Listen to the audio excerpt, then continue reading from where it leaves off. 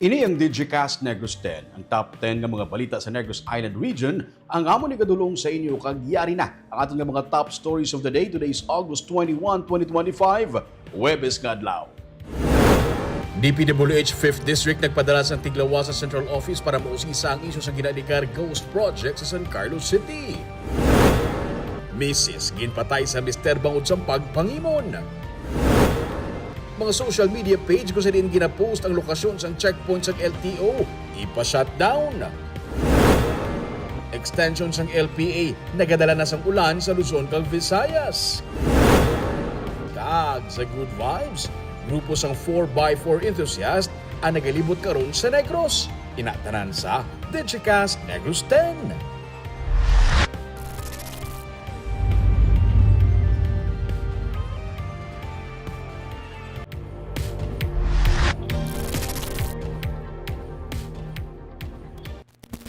Sa number 10, ang extension sang low pressure area ang sa karon nagadala na sang pag-ulan sa Luzon kag sa Visayas kag kun mangin isa nakabagyo pagatawgon ini nga isang.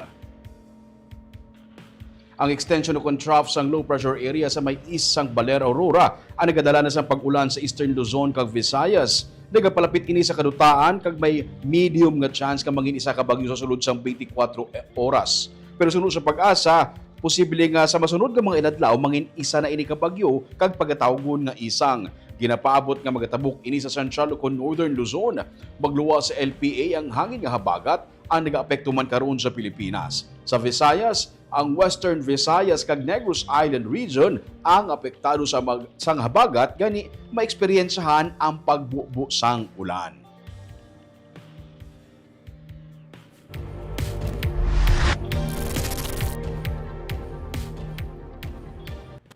Sa number 9, ginsugura ng pag-install sa mga solar panel sa Kapitolyo Provincial. Ginapaabot nga mapanubo sini ang bill sa kuryente sa probinsya.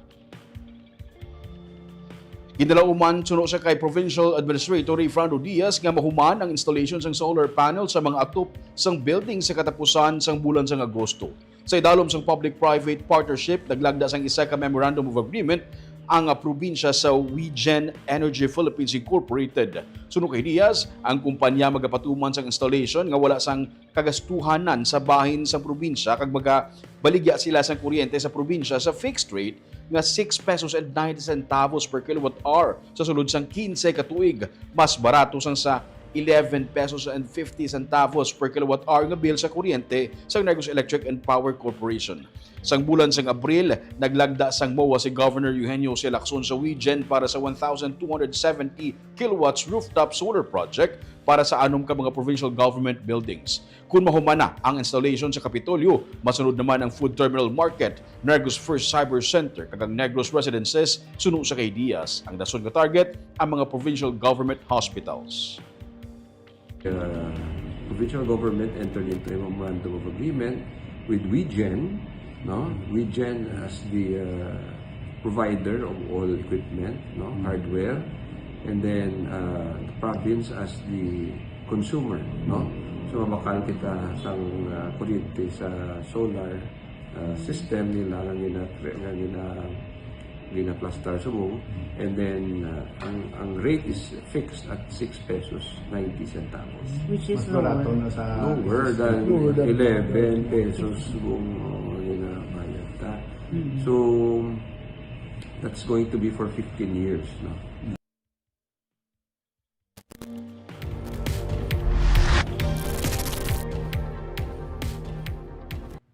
Sa number 8, isa ka lalaki ang patay matapos ginsungay sang karabaw sa Sagay City. Ginbawian sang kabuhi ang 33 anyos ka lalaki matapos ginsungay sang iya ginasagud nga karabaw sa Hacienda Conchita 3, Barangay Paraiso sa Sagay City, Martes ang hapon.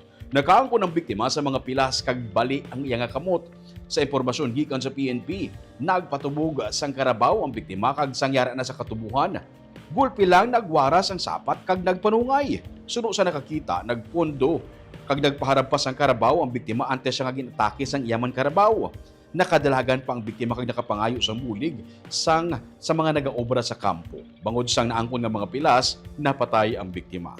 Ginapanag-iyahan sa biktima ang nasambit nga karabaw. Nagaplano karon ang pamilya sa biktima nga ibaligya na lang ang karabaw.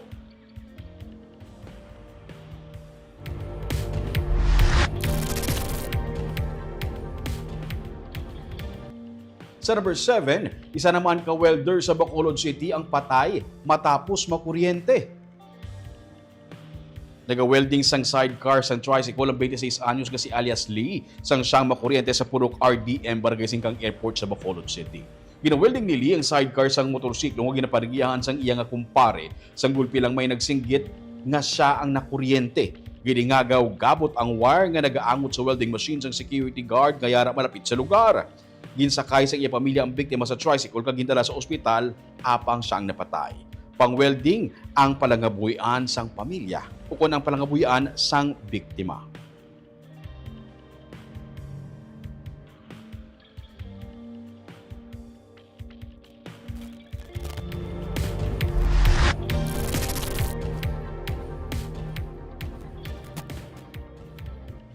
Sa number 6, Ilog PNP nag-apply sang cybercrime warrant para mabuksan ang cellphone sang gunman sa shooting incident nga natabo sa Banwa sang Ilog. Agud makakuha sang dugang nga ebidensya batok sa isa pagid kaupod nga sang gunman sa pagpaniro sang negosyante sa Banwa sang Ilog, nag-apply sa korte ang Ilog PNP sang cybercrime warrant. Nagbuhat sa investigasyon sa kapulisan nga ang gunman nga si Vanny Galagate alias Dodoy ang hindi nagaisahanon sa pagpatay sa negosyante nga si Philip George Vale Sr. Si Vale ang chairman sang board sang Dangkalan Private Academy. Siya ang gintiro sa Dangkalan Public Plaza sa tuong Agosto 5. Ginsiling ni Police Major Randy Babor, hepe sang Ilog PNP nga kung mag-abot ang warrant, ila nga pagabuksan, kag-explore ang cellphone nga na-recover kay Dodoy. Si Dodoy, residente sang barangay Pinggot sa Ilog. Natiruan siya sang nagresponde nga kapulisan sang hanain ni magpalagyo sa crime scene. Nakilala na sang kapulisan ang upod ni Dodoy apang kinahanglan pa nila sang dugang nga ebidensya. Agud na pasaka ang kaso nga murder batok sa iya. Suno kay Babor, wala sang cybercrime warrant halin sa korte, hindi nila basta-basta mabuksan ang cellphone kag hindi man ini magamit bilang ebidensya. Bakabig na nga solved ang kaso apang hindi pa case closed bangod sa dugang nga development suno sa kay Babor.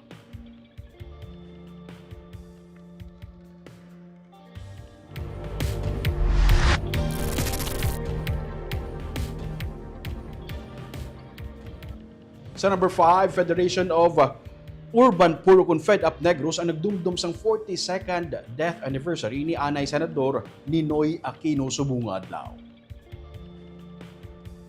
Sila ang nagtipon sa iyang estatwa sa Dalan Araneta sang kainasang aga kung sa diin sila naghalad sang bulak na may bitbit ng mga flaglets. Sunod sa kay Joy Harabelo, ang pamuno sang Fed Up Negros sa tunga sang pagkadula sang trilyones ka peso sa pungsod kay nagkadto sa bulsa sa mga korap nga persona. Nakip na diri ang mga gina-question karon nga flood control projects kag ang depth and classroom construction panawagan nila nga mangin kaangay ni Ninoy incorruptible. Suno kay Harabelo, kung tani ang mga responsable maigo man sang konsensya nila, ilabi na nga madamo sang nagkalamatay tugas sang leptospirosis dala sang pagbaha. Kagbisan ang epekto sa edukasyon sa mga kabataan bangod sang kakulang sa mga classrooms. Nagalao man sila nga si Presidente Ferdinand Marcos Jr. ang magpatuman sang tikang agudto nga mabilanggo ang mga nagpangawat sang kwarta sa pumuluyo.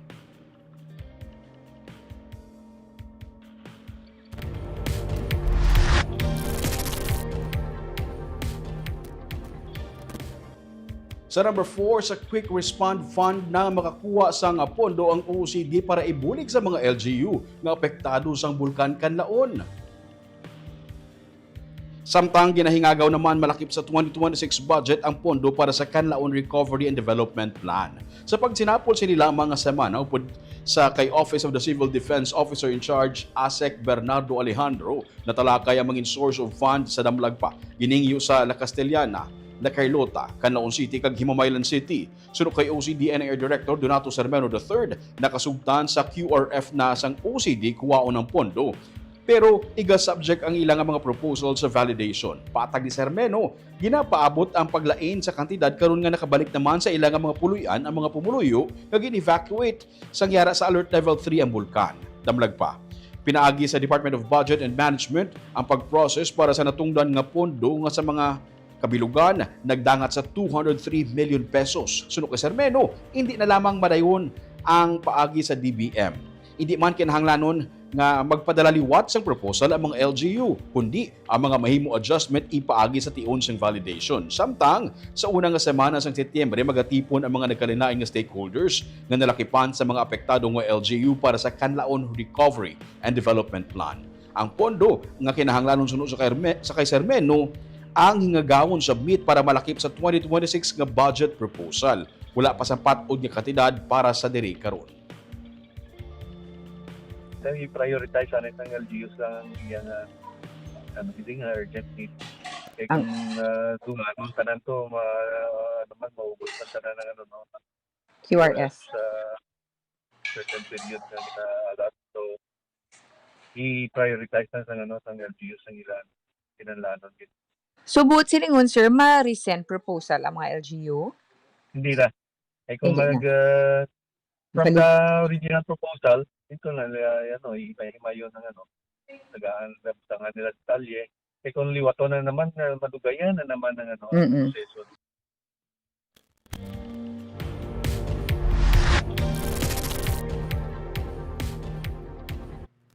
Sa number 3 naman, Mrs. Patay matapos ginbuno sang iyang mister bangod sang pagpangimon.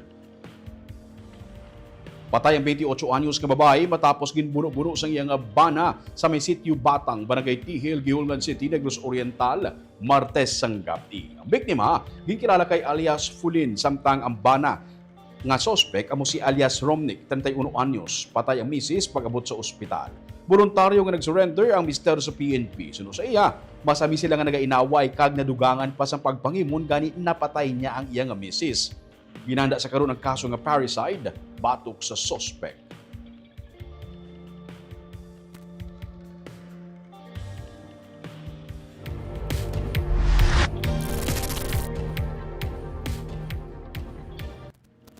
Sa number 2, mga social media pages kung saan gina-post ang real-time nga lokasyon sa mga checkpoints ng LTO.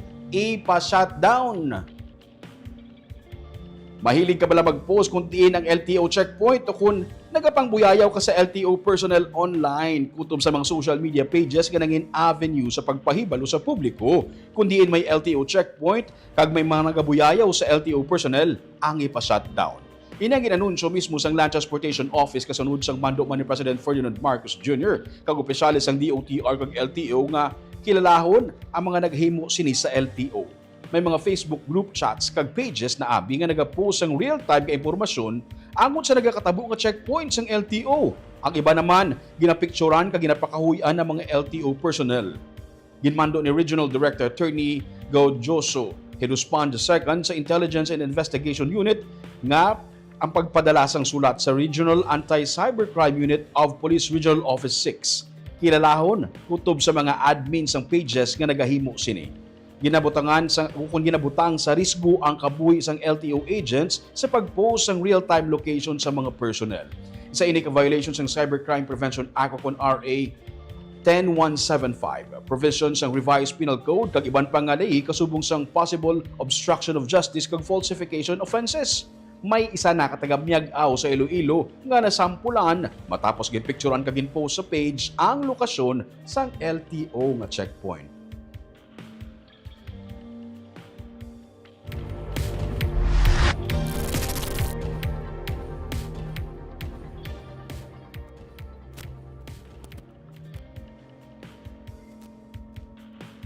Kag sa numero 1 sa mga balita, subong nga adlaw.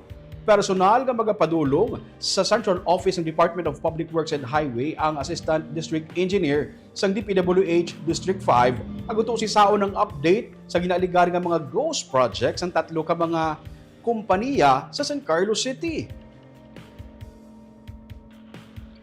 Kay na nagpadulong man kay nagsapol sa alkalde sa San Carlos City ang tiglawas ng DPWH NIR kag sang 5th Engineering District kag gintalakay ang isu sa ghost projects. Sa interview sa Digicast Negros kay Engineer Juan Alfonso Horbina, ang 5th Engineering District Head, on official travel sa karon ng iyang Assistant District Engineer nga si Pedrito Bautista. Ang iyang instruction sa iya, amo nga magkuha sang update sa flood control project sa San Carlos City nga nagalakip sang 77.5 million pesos nga flood control sa Andoon River sa poblasyon nga iya ka EKC Construction and Aggregates gikan La Trinidad, Benguet. 77.3 million pesos nga flood control sang Higalaman River sa Guadalupe. Gaya naman sang Jaben General Contracting Engineering Services ang Baguio Benguet kag 151.5 million pesos nga flood control sa Palampas River sa Barangay 1 nga iya sang APO General Construction sa Mountain Province. Patag ni Urbina, nagsulat si Maria Victoria Gregorio, Director 4 sang Procurement Service sang DPWH Central Office kay Mayor Renato Gustilo para maghingyo sang confirmation bahin sa authenticity sa mga documents nga na-issue angon sa tatlo ka mga flood control projects. Suno kay Urbina, nga pa-upgrades o kung nagpa-upgrade sang ilang nga PCAB o kung Philippine Contractors Accreditation Board license ang tatlo. Sa amo nga proseso, pila sa mga ginapasubmit sa mga contractors ang nahuman kag mga ongoing projects nila. Kag nalakip sa listahan nga nasubmit amo ang listahan sang ginasiling projects nila sa San Carlos City. Damlag pa, ginpatawag ni Gustilo ang DPWH. Ginsiling ni Urbina nga wala man sa ila listahan ang natungdan nga mga contractor. Naging na si Gustilo sa pagpangusisa sa National Bureau of Investigation sa ginasilingan mga ghost projects kay wala labot nga hindi accredited sa LGU ang mga contractors. Ginaligar man ni Gustilo nga ginpeke pa ang iyang pirma. Ang original series is sige official travel na dahil until nga may result nga makuha sa kuha contractor din kay kinanglanon na binato no. Oo. Bali from your end, Mga resulto sa para ma-settle man ang tanan, sir, kag may klaruhan ang tanan. Oo, motulinaw lang namo no. So iniya, i-focus lang naton ining tulo ka contractor nga gin-allege nila. So gin-pa-verify. So muna hindi na tuod kag why such project nga na-implemented sa ila. May na-implement hindi ila. Okay? So damo gid nga salamat sa isa kay gayong pagkadtunyo din to set the record straight. And again, I would like also to tell the people of San Carlos, ini nga project nga na-implement sa DPWH sa flood control has nothing to do with deep flooding.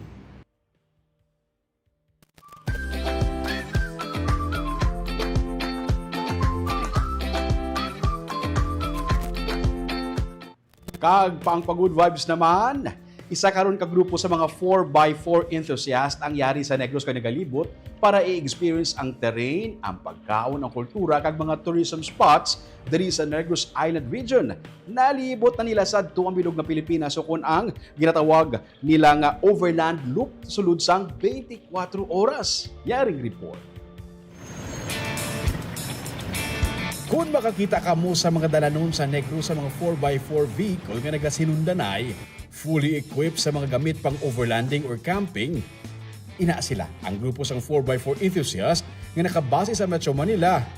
Kag nag-explore sa mga kaladtuan, terrain, pagkaon kag kultura sa Negros sa Sikihor. 28 ka mga persona sakay sa 13 ka mga 4x4 vehicle ang nagalibot sa karon sa NIR sa sulod sang duha ka semana. Sini ka semana sa Negros Occidental, dason sa Negros Oriental kag tabok na sa Sikihor. Istorya ni Team Tuazon, ang founder sa Mototesto Overland Equipment Philippines 2023, nakalabay lang sila sa Negros. Subong, luyag nilatagaan sang oras nga balibot ang bilog nga rehiyon. Ang timetable namin nung time na yon is cramp 24 days to do the entire Philippines. 24 days, the entire Philippines. So after that, we make it our mission na mapuntahan yung per provinces naman ng mas matagal. Kaya ngayon, 2 weeks kami ngayon nasa Negros.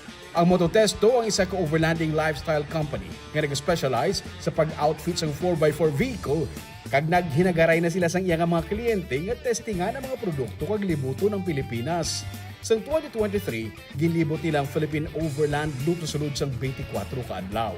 Subong balik Negros sila para isa-isahon ang mga atraksyon dire. Then until 22 kami sa Bacolod. Okay. Then 22 to 24 naman punta kami ng Don Salvador. Okay. Then Magbanjuyot, tapos Dumaguete, tapos Sikihor. Tapos babalik. Gina-vlog nila ang bilog nga adventure nila kag kutob sa mga makuha nga mga video, ginapasa nila sa Department of Tourism for free para magamit sa pag-promote sa mga probinsya kag rehiyon sa Pilipinas. Our group kasi, our mission is to help promote the tourism of the Philippines.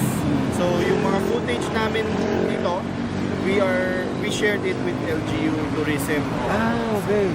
Walang walang cost yun. Oo, yung nag-loop kami lahat ng region ng DOT, sinenda namin ng Google Drive link of their region kung gusto nilang gamitin. It's free for them.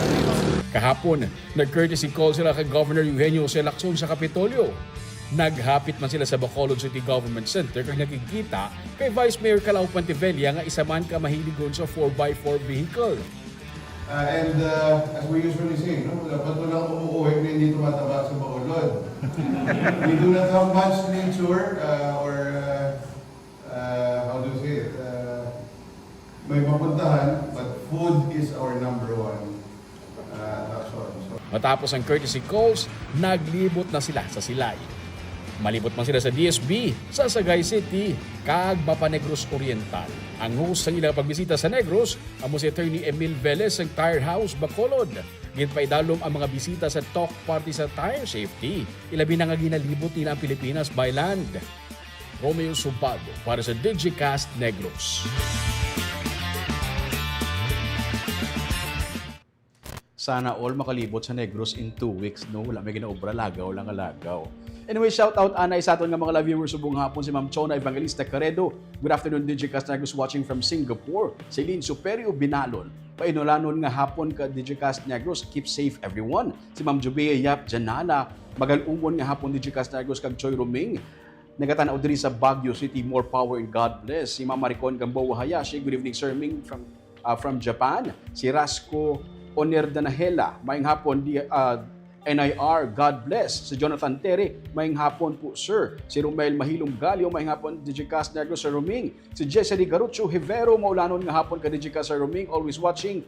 Please pa-shout out sa akon nga Bads, Fiwi, kag Sean Andre. Thanks. Si Cirilo Banday, maulanon nga hapon, Digicast Negros. Si Mirna Garrido Clavel, good PM Digicast Negros, watching from Payao, Binalbagan. Si Maricon Songkip Valedores, mayang hapon sa Roming, kag mayang hapon, Digicast Negros, watching from Fairview, Quezon City. Si RH Tata, good afternoon, NIR. Maria Fe Panaga Baredo, good PM Digicast Negros, shout out sa mga taga Sagay City. God bless sa tanan, kag keep safe everyone kuno. Si Sally Villaflor Cañada, good PM watching from Barangay Tangub. God bless you more. Kag si Ma'am Sandra Zarzuela Chispa Fontejon, magandang hapon po watching from Kabangkalan City.